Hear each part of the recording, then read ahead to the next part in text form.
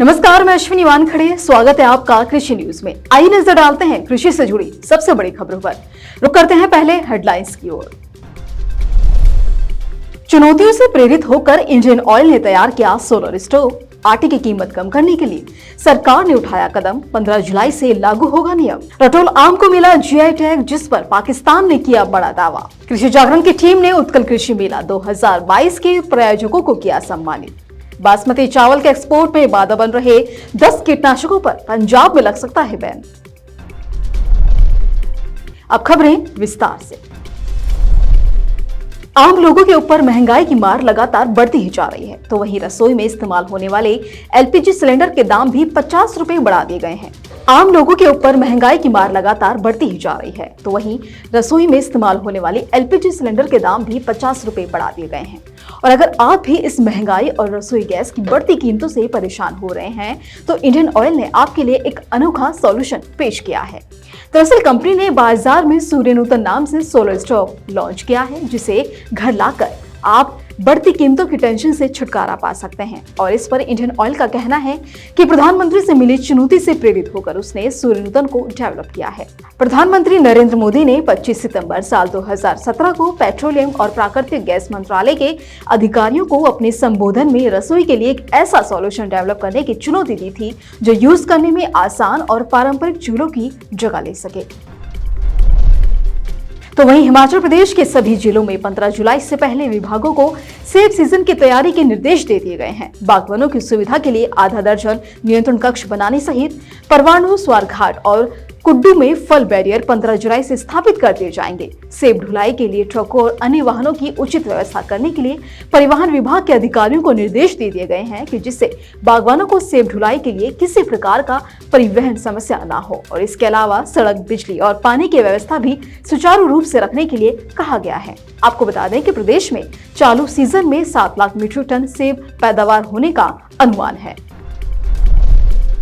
तो वहीं आईसीएल ने कृषि जागरण के फेसबुक पेज पर धान की खेती में पोषक तत्व प्रबंधन विषय पर एक लाइव सत्र का आयोजन किया। सत्र की अध्यक्षता आईसीएल के senior agronomist doctor Shailendra Singh ने की। आपको बता दें कि आईसीएल एक बहुराष्ट्रीय वन निर्माण कंपनी है जो उर्वरकों, धातुओं और अन्य विशेष प्रयोजनों वाले रासायनिक उत्पादों का उत्पादन और विपणन करती है। धान के बारे में कहा जाता है कि धान एक बहुत ही महत्वपूर्ण फसल है, न केवल हिंदुस्तान के लिए बल्कि पूरे विश्व भर के लिए। और अगर मैं भारत की बात करूं तो भारत में जो धान की खेती होती है लगभग 43 million hectare, 43.5 million hectare area में धान की खेती होती है, जिसमें महत्वपूर्ण 10 स्टेट हैं। और ये धान की खेती पूरब से पश्चिम और उत्तर से दक्षिण, मतलब ये पूरे ही एरिया में होती है, कहीं ज्यादा तो कहीं कम। और जो हमारा पिछले साल का जो प्रोडक्शन है रहा है फ्रॉम 43.66 मिलियन हेक्टेयर, ये 120 मिलियन टन का हमारा प्रोडक्शन रहा है। और हमारा एवरेज यील्ड जो रहा है पिछले साल का वो 2722 केजी प्रति हेक्टेयर का उपज रहा है, जो कि हमारे लिए सेटिस्फेक्शन का विषय नहीं है। हमें इसी एवरेज यील्ड को आगे और बेहतर करना है। अगर मैं हिंदुस्तान की स्टेट वाइज कुछ प्रमुख स्टेट्स की बात करूं तो वेस्ट बंगाल वह स्टेट है जहां से धान सबसे ज्यादा उत्पादन किया जाता है। सरकार ने मई में गेहूं के निर्यात पर रोक लगाने के बाद अब गेहूं का आटा, मैदा और सूजी के निर्यात पर भी प्रतिबंध लगा दिया है।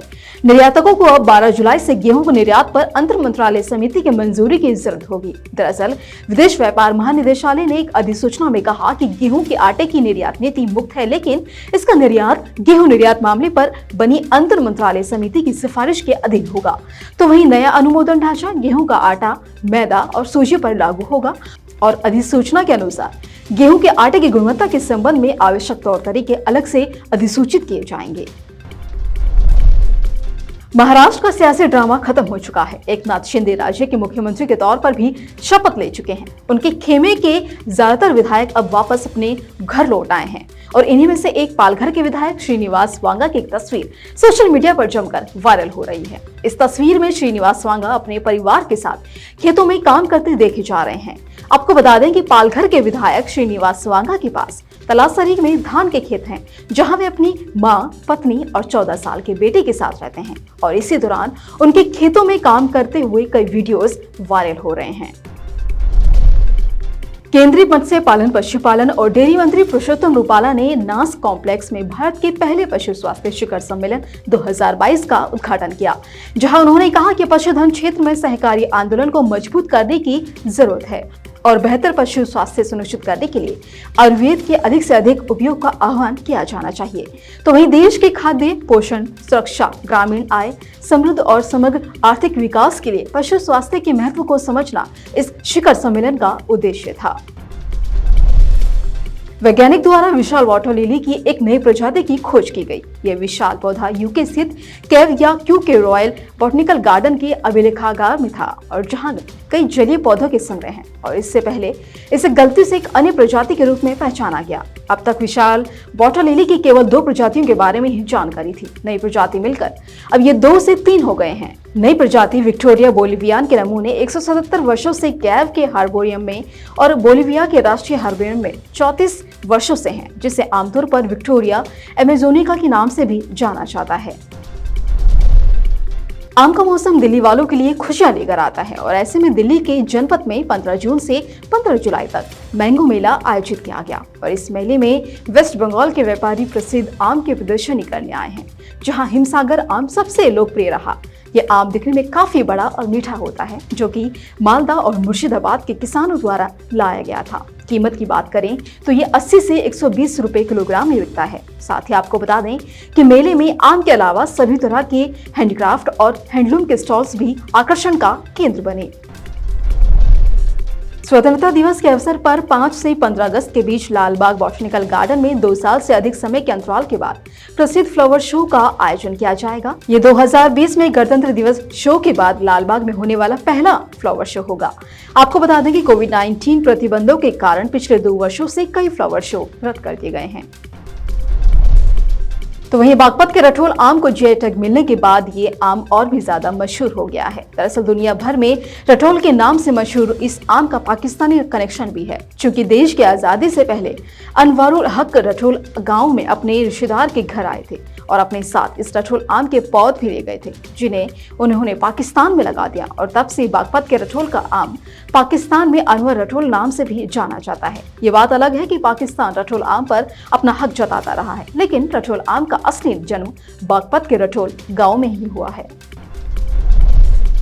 तो वहीं कृषि जागरण की टीम ने ओडिशा में इफ्को के state marketing manager S K Chatterjee को उत्कल कृषि मेला 2022 के प्रमुख प्रायोजक होने के लिए सम्मानित किया और साथ ही आईपीएल के सीनियर रीजनल मैनेजर संजीव चंद्र सिन्हा को भी उत्कल कृषि मेला 2022 के एसोसिएट प्रायोजक बनने के लिए सम्मानित किया। तो वहीं कृषि जागरण की टीम ने ओडिशा सरकार के अनुसूचित जाति, अनुसूचित जनजाति विकास, अल्पसंख्यक और पिछड़ा वर्ग कल्याण विभाग के राज्य मंत्री जगन्नाथ सारका के साथ राज्य के विकास को लेकर भी बातचीत की। पढ़ाई करने के बाद अच्छी नौकरी ना मिलना आम समस्या हो गई है। अच्छी नौकरी के अभाव में लोगों ने दूसरे विकल्प तलाशने शुरू कर दिए हैं, जिससे वह अच्छा मुनाफा कमा सकें। और ऐसा ही कुछ किया है मध्य प्रदेश के बुरहानपुर जिले के किरण महाजन ने। दरअसल नौकरी न मिलने के बाद उन्होंने टिश्यू कल्चर तकनीक से केले का पौधा तैयार करना शुरू किया। अच्छी क्वालिटी के पौधों को किसानों तक पहुंचकर वे आज इस बिजनेस से लाखों में कमाई कर रहे हैं। राइस क्वीन कहे जाने वाले बासमती चावल एक्सपोर्ट में बाधा बन रहे कीटनाशकों पर पंजाब सरकार ने बैन लगाने की तैयारी कर दी है और इस मामले पर सभी पक्षों से बातचीत करने के लिए पंजाब में 14 जुलाई को एक अहम बैठक बुलाई गई है और बैठक की अध्यक्षता पंजाब के कृषि सचिव दिलराज सिंह करेंगे। पंजाब कृषि विभाग में प्लांट प्रोटेक्शन के जॉइंट डायरेक्टर की ओर से इस बारे में एक पत्र भी जारी कर दिया गया है, जिसमें सभी पक्षों से बातचीत के बाद बासमती निर्यात के लिए खतरनाक साबित हो रहे एग्रोकेमिकल्स पर बैन लगाने का फैसला किया जा सकता है। तो वहीं ऑल इंडिया दाल मिल एसोसिएशन ने भारत सरकार से नॉन ब्रांडेड दाल दलहन और अन्य जीवन उपयोगी खाद्यान्न, मोटा अनाज सहित अन्य खाद्य पदार्थों पर दिनांक 18 जुलाई 2022 से प्रस्तावित 5% जीएसटी लगाने के निर्णय को तत्काल प्रभाव से वापस लेने का अनुरोध किया है।